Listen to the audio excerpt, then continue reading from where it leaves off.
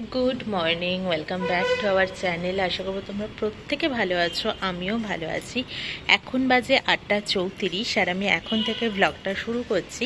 তোমাদের কাছে একটাই অনুরোধ রইল, পুরো ব্লগটার সাথে থেকো। নতুন বন্ধু হয়ে থাকলে অবশ্যই সাবস্ক্রাইব করে দিও, আর যদি ফেসবুক থেকে দেখে থাকো তাহলে প্লিজ ফলো করে দিও। আমার এই জায়গাটায় আসতে যে কি ভালো লাগছে কি আর বলবো। এখানে দেখো এই একটা ফুটেছে, এই ডালটা ওরা ভেঙে দিয়েছিল, মানে ঝুলছিল রীতিমতো। তো আমি একটার সাথে একটা এরকম করে রেখে দিয়েছিলাম, দেখলাম না ডালটা আবার জোড়া লেগে গেছে। এখানে একটা ফুটেছে, এখানে একটা ফুটেছে, কি ভালো লাগছে না। এই ফুলটা তো পুরো ওই যে দেখবে আমাদের ক্লিপে এখন দেওয়ার জন্য ফলস বেরিয়েছে, পুরো ওই রকম দেখতে লাগছে দূর থেকে, এত ভালো লাগছে দেখতে কি আর বলবার। ওইখানে একটা হয়েছে যেটায় বাইরের দিকে চলে গেছে, এই দেখো বিভৎস ভালো হচ্ছে, বিভৎস। আর এই ফুলটা তো অনেক দিনই ফুটেছে, এটাও এবার আস্তে আস্তে পাপড়িগুলো এরকম হচ্ছে, তবে এটা তো অনেকগুলো কুড়ি আছে, ফুটবে সবটাই আস্তে ধীরে। আর এই লালটাতেও আরেকটা কুড়ি আছে, আর ছোটোখাটো কুড়ি আছে। এই গাছটা খুব তাড়াতাড়ি আমার চোখের সামনে মনে হচ্ছে বেড়ে উঠলো। কতটুকু এনেছিলাম তোমরাও দেখেছো, তো ভীষণ ভালো। আর বেলি ফুল গাছে একটা ফুল এসেছে, মানে ফুটেছে আজকে, আরো দুটো ফুটবে। আপাতত তো কোনো কুড়ি আমি দেখতে পাচ্ছি না গাছটাতে। যাই হোক, গাছটা অনেকটা বড় হয়েছে তাও। আর কোনো আপডেট নেই আমার গাছের, সবই চলছে এরকম ভাবেই।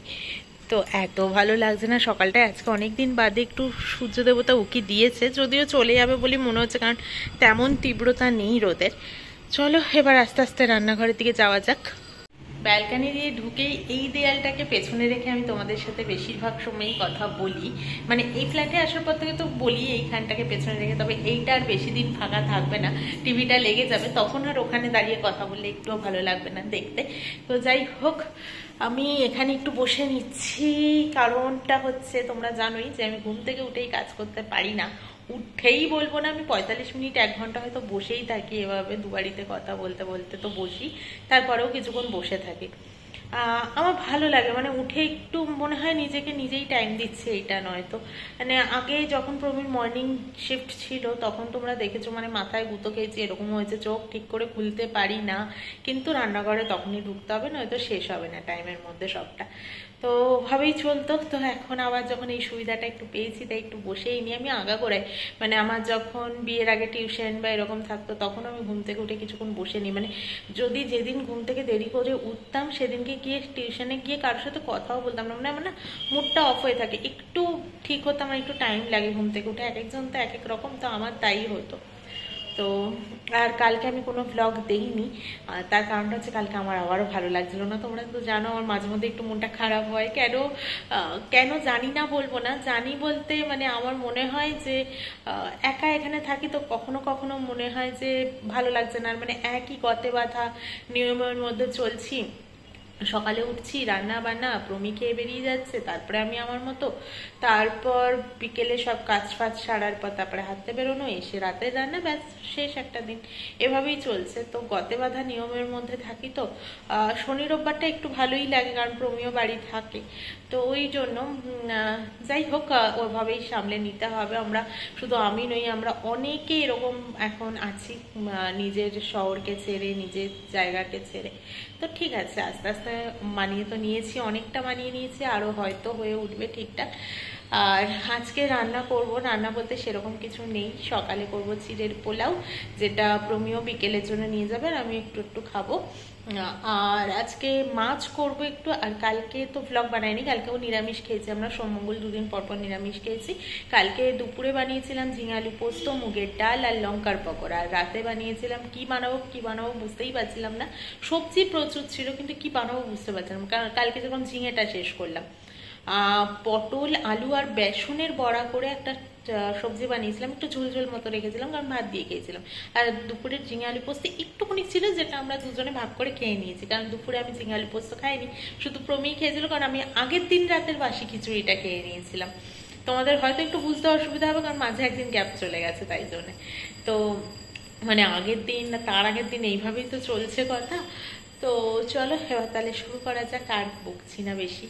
চলে এসেছি আমি রান্নাঘরে। আর কালকের এইটুকু এক বাটি সবজি আমার বেঁচে গেছিল, ঝোলটা অনেকটাই মনে হচ্ছে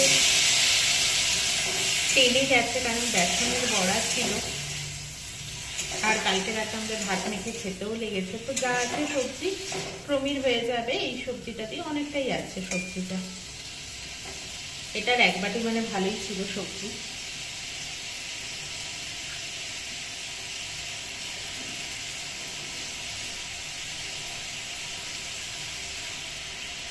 এখানে সবজিটা গরম হতে হতে ততক্ষণ আমি এখানে গাজর, বিনস, ক্যাপসিকাম একটু কেটে নিই চিড়ের পোলাওটার জন্য। আর চিড়েটাও ধুতে হবে, আমার একটু মোটা চিড়ে আছে, পুরো প্যাকেটটা কাটতে হবে, এখনো কাটিও নি, সেই ধরাই রয়েছে প্যাকেটটা। এখানে আমার সমস্ত সবজি টবজি কাটা হয়ে আছে, সমস্ত বলতে কি গাজর, ক্যাপসিকাম আর বিনস। এখানে দিয়েছি সাদা তেল আর একটুখানি দেবো ঘি।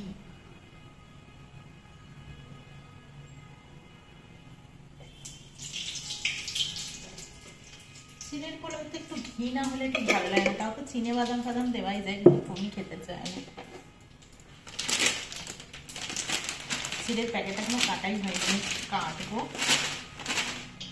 পাতলা চিড়ে হলে খুবই মুশকিল, দেখি ঝরঝরে না হলে দেখতেও ভালো লাগে না, খেতে তো নাই।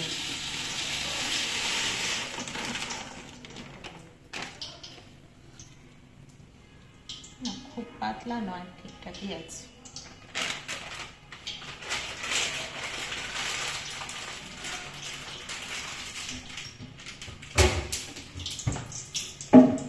অনেকেই সর্ষে কারি পাতা ফোড়ন দিয়ে করে, বাট আমি ওইসবে কিছুই দেবো না।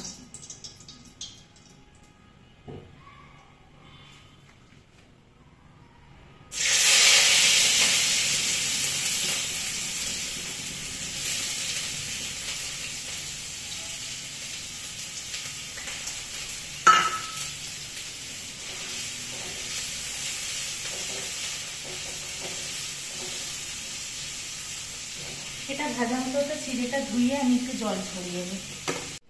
সকালে তো এই সবজিটুকু গরম করে নিয়েছি, তোমরা দেখতেই পেলে। আর এখানে এই যে চিড়ের পোলাওটা বানানো হয়ে গেছে, এটাও টিফিন বক্সে আমি দিয়ে দিয়েছি। আর একটা ডিম সেদ্ধ যাবে, তাই জন্য কোয়ান্টিটি একটু কম দিয়েছি, নাহলে ভরেই দিতাম পুরোটা। আর এটা হচ্ছে আমার, তো এই তো এটা আমি খেতে থাকি। আর ওদিকে আমি মাছ ভাজবো। মাছের পিসগুলো এবার যা সুন্দর করেছে না, কি আর বলবো, লেজার পিস দেখো।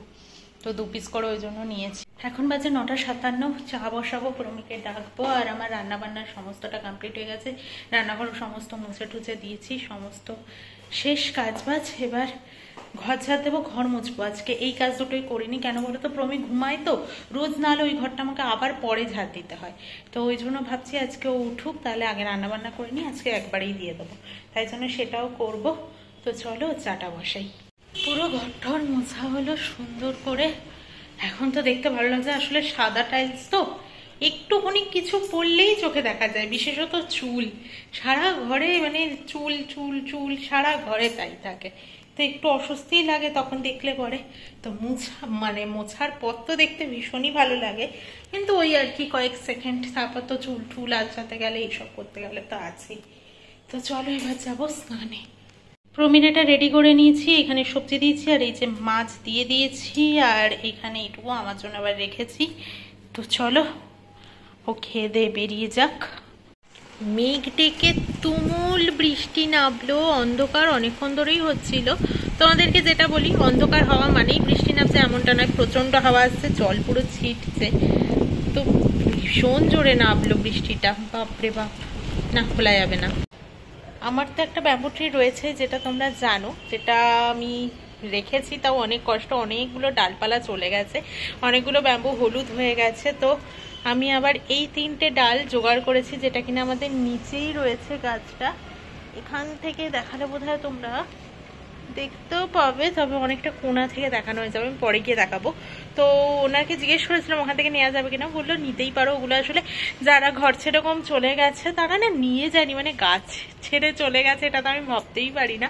নিচে একটা লেবু গাছও আছে, বাট সেটার অবস্থা ভীষণই শোচনীয়, আর আমার কাছে আলাদা কোনো টব নেই, ওটা টবেই লাগিয়ে দিয়ে গেছে, কিন্তু ওই টবটায় হওয়ার কথাও নয়, মানে জরাজীর্ণ টবেরও অবস্থা, ভেঙে চুরে একাকাণ্ড অবস্থা। মানে আমার কাছে যদি এক্সট্রা টব, মাটি, সার এই মুহূর্তে থাকতো, মানে ওগুলো আমরা ওই ফ্ল্যাটের অর্ডার দেইনি, এখানে এসে কিনবো বলে, কিন্তু আপাতত আমার আর অর্ডার দেওয়া হয়নি, কেনাও হয়নি, কারণ আমি গাছ কিনিনি আর।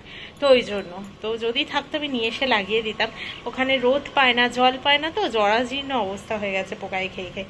তো আমি 3টে ডাল ওপর থেকে কেটে এনেছি, ওটা মাটিতে লাগানো আছে, জলে নয়। তো ওই জন্য দেখো এরকম বিশাল বিশাল পাতা হয়েছে।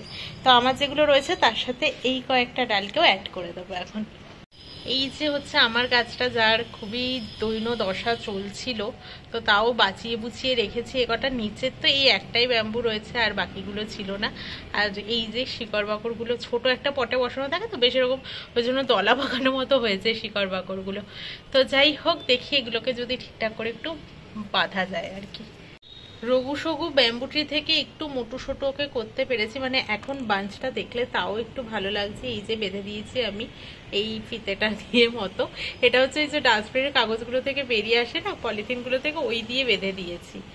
তো খুব টাইট করিনি আমি, যতটুকু দরকার ততটুকুই করেছি। এখানটা দিয়ে জল পড়ছে। তো চলো আজকের ব্লগটা এখানেই শেষ করছি, কালকে আবারও আসবো একটি নতুন ব্লগের সাথে। টাটা।